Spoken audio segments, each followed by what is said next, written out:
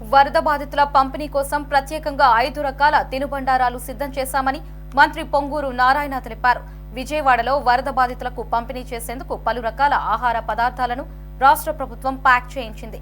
సిద్ధార్థ కాలేజీలో ప్యాకింగ్, పంపిణీ తీరును మంత్రి నారాయణ పరిశీలించారు.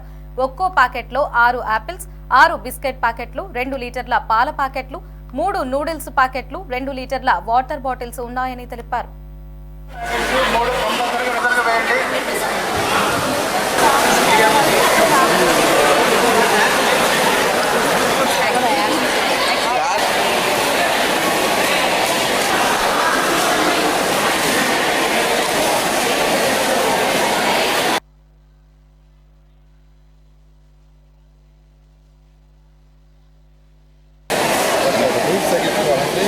అందరికీ తెలుసు, విజయవాడలో వచ్చిన ఫ్లడ్ బుడమేరు యొక్క దానివల్ల.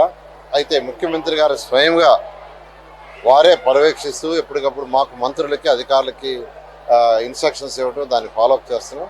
మొదటి రోజు, రెండవ రోజులో హాఫ్ డే ప్రజలు చాలా ఇబ్బంది పడ్డారు. దానికి కారణం ఏంటంటే గత 200 సంవత్సరాలు ఎప్పుడు రాని వాటర్ ఓవర్ఫ్లో కావడంతో పంపించిన బోట్లు కూడా యాక్చువల్గా బోల్తా పడ్డాయి. ట్రాక్టర్లో ఫుడ్ పంపిస్తే కూడా మనుషులు తీసుకురావడానికి అది కూడా బోల్తా పడింది. అయితే రెండవ రోజు నుంచి ఈ కార్యక్రమాన్ని చేసి అందరినీ బయటకు తీసుకురావడం జరిగింది. అయితే ఇప్పుడు వాటర్ తగ్గింది, కొన్ని దగ్గర వస్తుంది. నిన్న మొన్న అక్కడ 3 బీచెస్ పట్టడం వల్ల మళ్ళీ 1 feet పెరిగింది. అయితే బీచెస్ 2 క్లోజ్ చేశారు, 3ది క్లోజ్ చేయబోతున్నారు.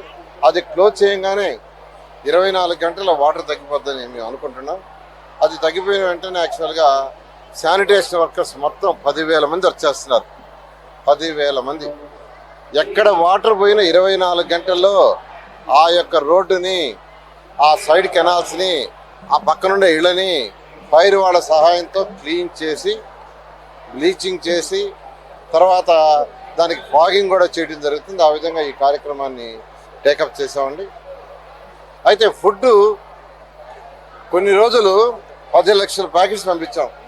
దాంతో బిస్కెట్లు ఒక 6 లక్షలు, అదేవిధంగా వాటర్ ఒక 6 లక్షలు, నిన్నైతే 30 లక్షల వాటర్ పంపించాం.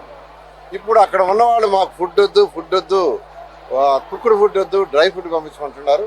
నేను ముఖ్యమంత్రి గారిని చాలామంది మాకు డ్రై ఫుడ్ అంటే బిస్కెట్లు అలాంటివి పంపించండి, మా పిల్లలకు ఉపయోగపడతాయంటే నిన్న ముఖ్యమంత్రి గారు ప్రత్యేకంగా ఆదేశించారు. ప్రతి ఇంటికి 6 ఆపిల్ పండ్లు, నూడిల్ ప్యాకెట్స్ ఒక 3, తర్వాత వాటర్ బాటిల్స్ ఒక 3, బిస్కెట్లు వచ్చి ఒక 6, పాలు వచ్చి 2 లీటర్స్. వాటితోటే ఈరోజు యాక్చువల్గా